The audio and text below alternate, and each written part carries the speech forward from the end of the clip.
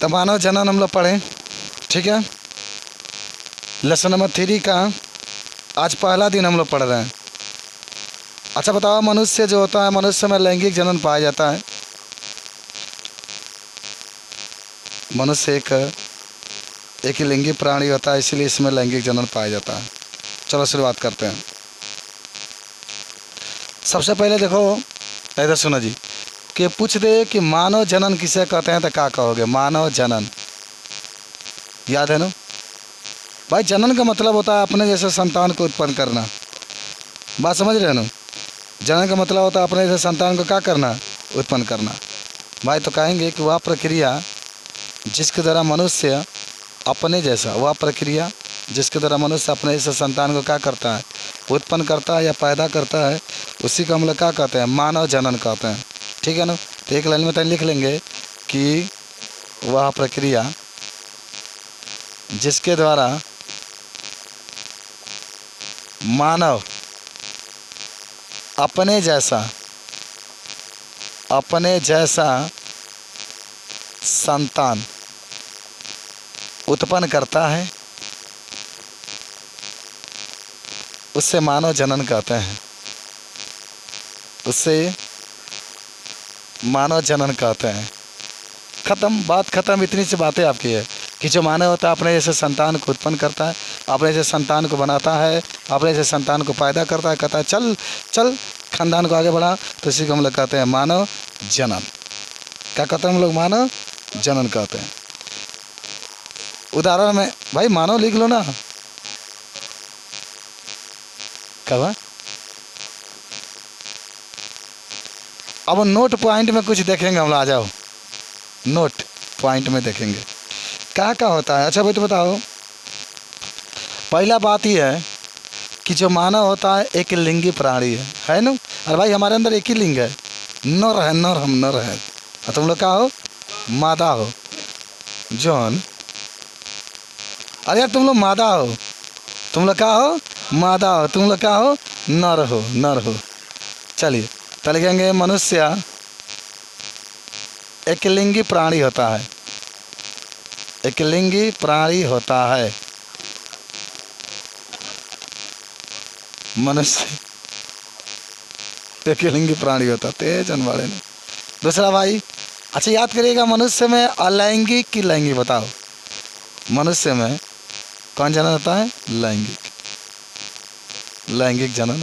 अच्छा अलैंगिक का मतलब क्या होता है ना? ज़रा सोचो। अलैंगिक में पढ़े होंगे, सर आपको पढ़ाए भी होंगे शायद, लेसन नंबर 1 में पढ़ रहे होंगे आप। तो एक चीज़ पढ़ाया गया होगा, पुनर्भवन। पढ़े हैं ना पुनर्भवन? क्या होता है पुनर्भवन का मतलब ये होता है कि अलैंगिक जनन का एक विधि होता है। इसमें होता क्या है कि कोई एक कोशिका है, उसके अंग को हम लोग काट दिए, काट के अलग कर दिए, और फिर अनुकूल परिस्थिति आता है तो फिर एक नए कोशिका का, एक नए जीव का निर्माण हो जाता है। तो उसमें एक ही कोशिका के द्वारा उत्पत्ति होता है। क्या मनुष्य का अगर हम लोग हाथ को काट दें, काट कर न फेंक दें तुम्हारे घर के सामने, तो क्या वो हाथ कभी आने वाले समय में एक मनुष्य बन सकता है? नहीं बन सकता। यानी हमारे अंदर जितने भी प्राणी है उन सभी के अंदर कौन सा जनन पाया जाता है भाई?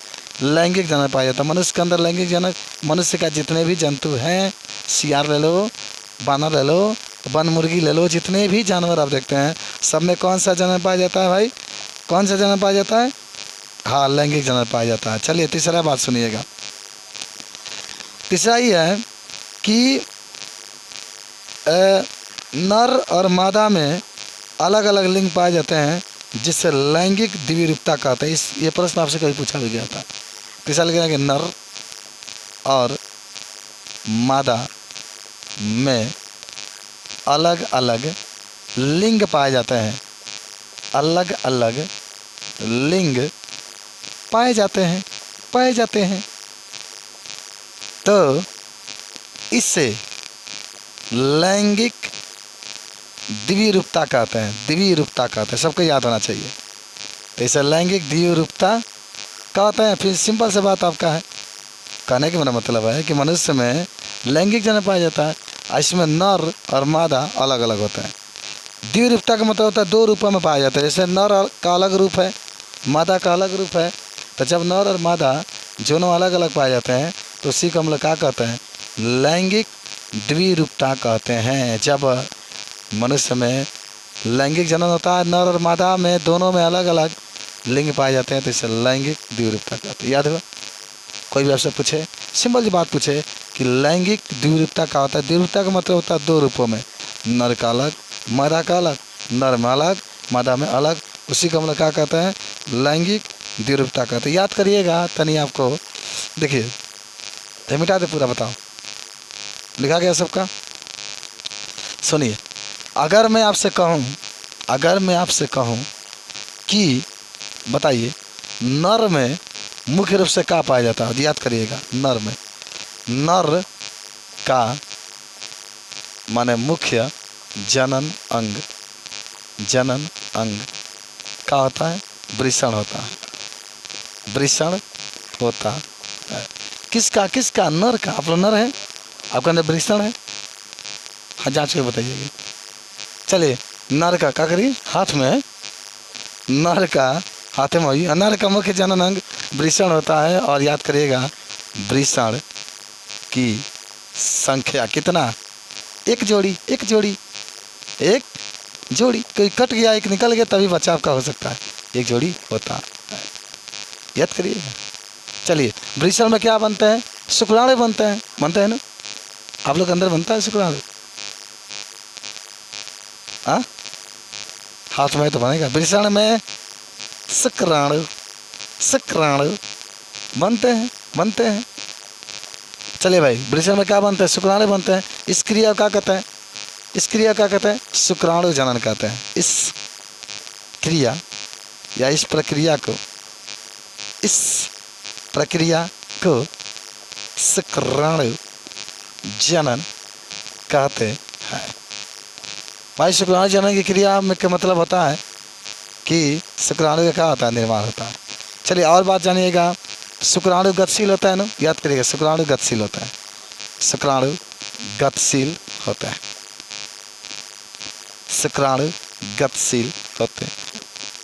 भाई कोई भूलना नहीं है आपको। शुक्राणु की जब भी बात करेगा, इतना पूरा आपका होता है, शुक्राणु का निर्माण वृषण के अंदर होता है, और शुक्राणु जिस विधि से बनते हैं उसको हम लोग शुक्राणु जनन कहते हैं। और शुक्राणु जो होता है गतिशील होता है, गति करते हैं, टपटप जाते हैं, टाइम नहीं लगता है, टपटप क्या होता है, कहते हैं नहीं आता।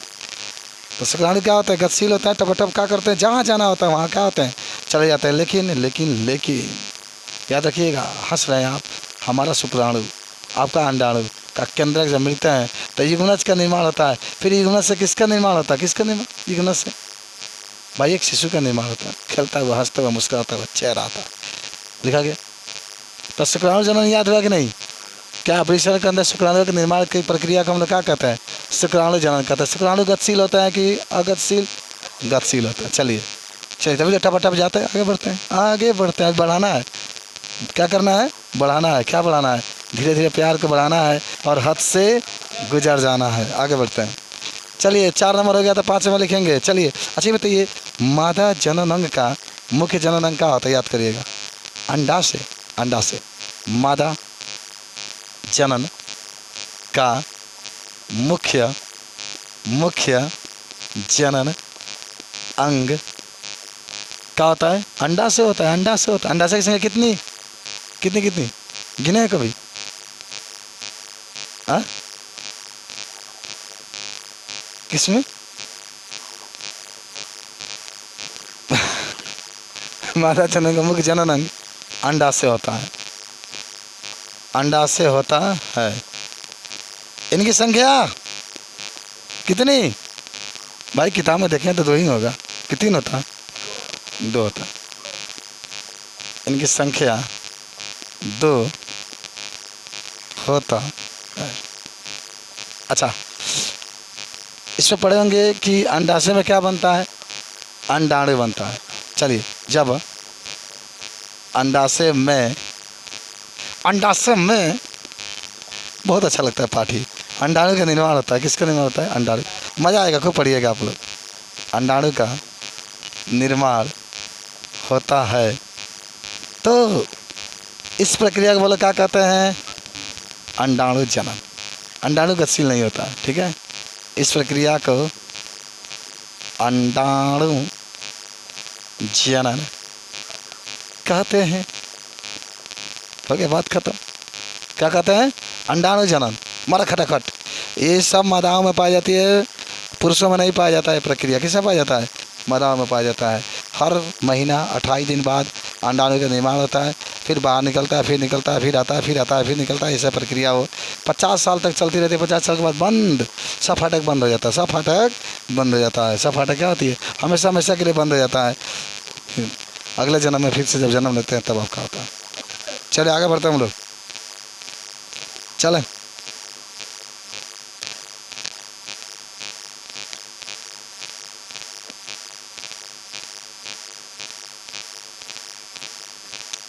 चलिए कुछ और आगे बढ़ते हैं हम लोग, जल्दी जल्दी देखते हैं। चले जी। जलायुज का नाम सुने हैं क्या आप? जलायुज का याद है? क्या होता है? बच्चे को देते हैं, जैसे हम लोग हुए। क्या कोई संसार में सभी स्तनधारी इसमें आएंगे? अभी मैं पहले मिटा दूँ तब आपको बात कर। लिखा गया है, है? अच्छा, तो ऐसे जंतु के नाम होते हैं जो अंड प्रजक होते हैं लेकिन बच्चा देते हैं। देखे हैं उनको? चलिए, जलायुज, जलायुज। हाँ तो सुनिएगा ध्यान से, तो याद रखिए। जब भी बात करेगा जलायुज के बारे में तो भाई ऐसे जीव जो शिशु को जन्म देते हैं, ऐसे जीव जो किसको जन्म देते हैं? शिशु को जन्म देते हैं, बच्चे को जन्म देते हैं, उसको जलायुज कहते हैं। अच्छी बताइए, जितने भी स्तनधारी होते हैं, जितने भी स्तनधारी होते हैं, सब किसको जन्म देते हैं? बच्चा को जन्म देते हैं, सब बच्चा को जन्म देते हैं। लेकिन एक बात बताओ, क्या नर और मादा दोनों स्तनधारी? क्या हम लोग स्तनधारी हैं? लेकिन हमारे अंदर स्तन का विकास नहीं हुआ है। स्त्रियों के अंदर स्तन का विकास हुआ। क्यों हो गया भाई स्तन का विकास? बताएंगे। दूध पिलाने के लिए अपने बच्चे को। और आखिर क्यों? सब वसा की मात्रा भी आप आगे इसमें पढ़ेंगे, ठीक है ना? इसमें क्या करना है आगे सब आपको पढ़ाई करना। चूचक क्या होता है, कहाँ वो सब पालिया होती है, कैसे दूध निकलता है, कैसे आप माने उसको सारी प्रक्रिया पढ़ेंगे। पहले जलायुज तो कहेंगे ऐसे जीव जो जो बच्चा को जन्म देता है, बच्चा को जन्म देते हैं, बच्चा को जन्म देते हैं, जन्म देते हैं, तो इसे जलायुज कहते हैं। तो इसे क्या कहते हैं? जलायुज कहते हैं। याद करिएगा। अब चलिए आगे बढ़ते हैं। अंड प्रजक, जैसे उदाहरण में तो आप बहुत कुछ लिख सकते हैं। मनुष्य ही लिख सकते हैं, है कि नहीं? मनुष्य लिख सकते हैं, और लगभग आप बतख नहीं, गाय लिख सकते हैं, बकरी लिख सकते हैं, इत्यादि लिख सकते हैं। अच्छा एक बात बताओ सब लोग कि नोट में लिख सकते हो लगभग सभी स्तनधारी जलायुज होता है। लगभग सभी स्तनधारी क्या होता है? जलायुज होते हैं, बच्चा देते हैं। क्या करते हैं? बच्चा देते हैं। क्या मनुष्य भी तो जलायुज है, बच्चा देता है। आइएगा अंड प्रजा के पास। अंड प्रजा ऐसा बात कर रहे हो मानो कि मनुष्य के मतलब हम लोग लग रहे हैं। अरे यार, मनुष्य में स्त्री और पुरुष दोनों आ जाएंगे बाबू। मनुष्य में स्त्री और पुरुष दोनों आ जाएंगे।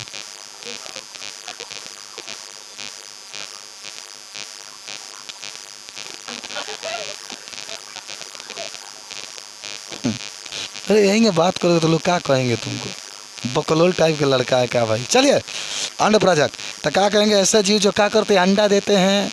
क्या करते हैं? अंडा देते हैं। अंडा से भी उसमें से चूजा निकलता है। जैसे मुर्गी का नाम सुने हैं ना, मुर्गी अंडा देते तो सीधा। एक अंडा के निर्माण में उसको 27 घंटा का समय लगता है।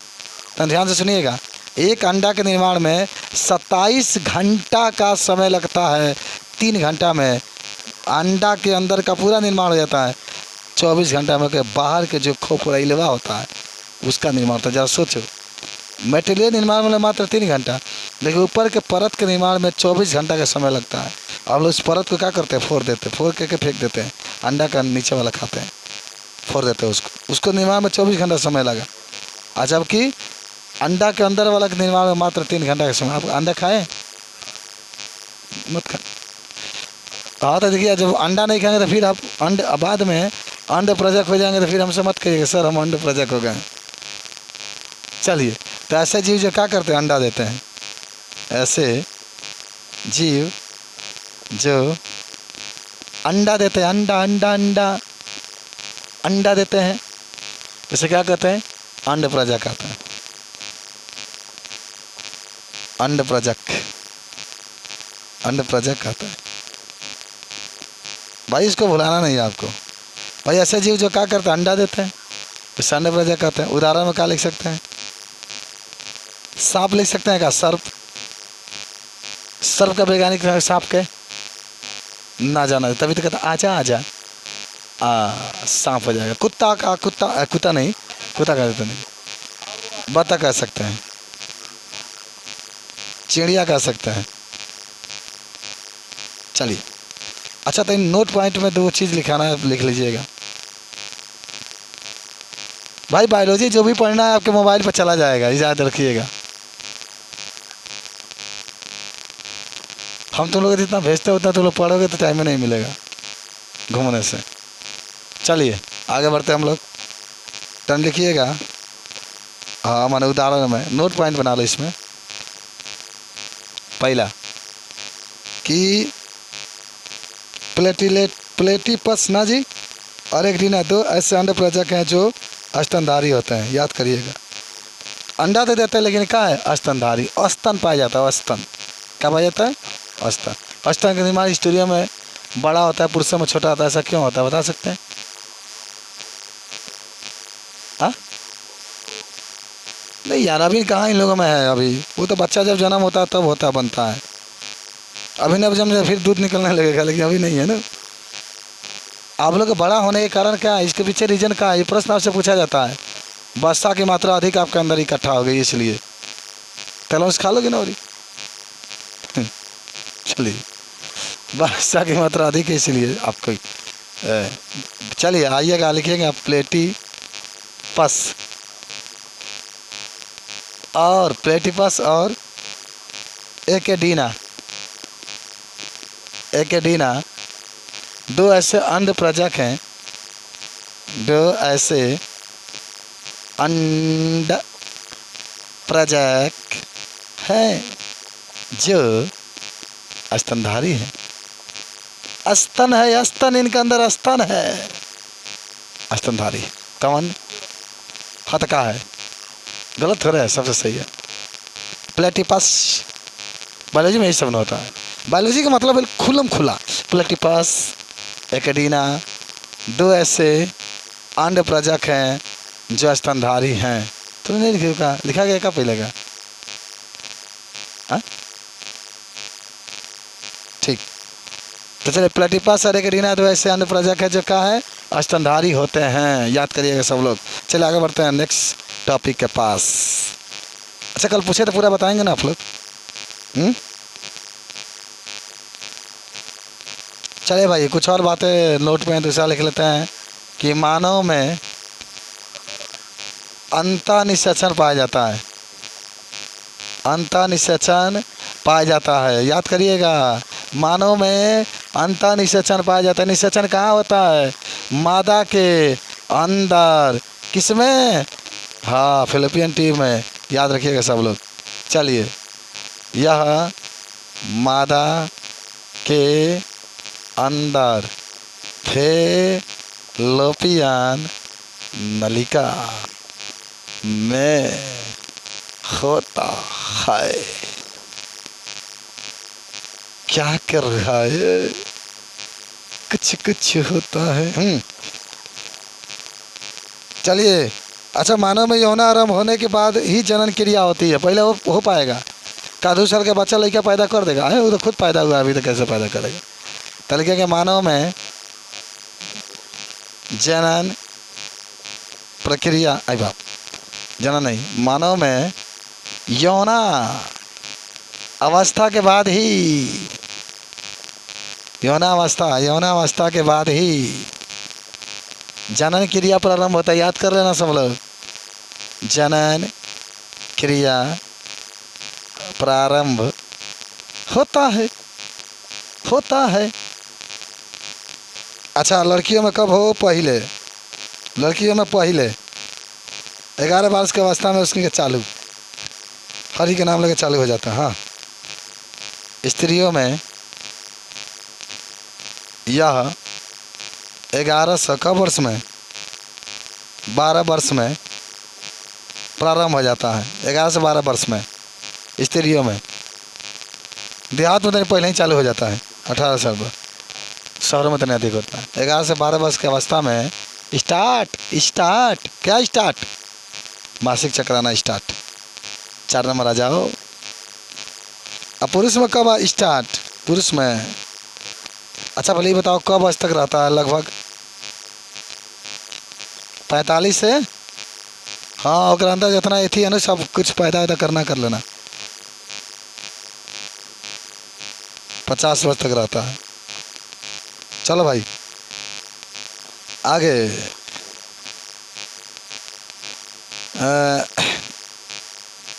अब पुरुष में कब होता है भाई? पुरुष में तनी अधिक तनी देरी से 14 से 15 वर्ष कर लो के बाद प्रारंभ होता है। लेकिन ये तो लड़का 3 साल का रहता है सन, तब वो कैपेसिटी होता है। 14 से 15 वर्ष के बाद प्रारंभ होता है। कितने वर्ष तक? अनलिमिटेड नहीं, जब तक जीते रहते तब तक, माने जीवित तक। जीवित मरने के बाद थोड़ा बच्चा पैदा कर, जीवित रहने तक रहता।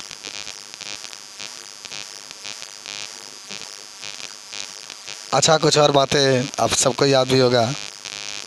गर्भाशय तो सब लोग जानते होंगे। स्त्रियां गर्भ धारण करती है किसके अंदर? गर्भाशय के अंदर। अगला लिख लेंगे, स्त्रियां गर्भाशय के अंदर गर्भ धारण करती है।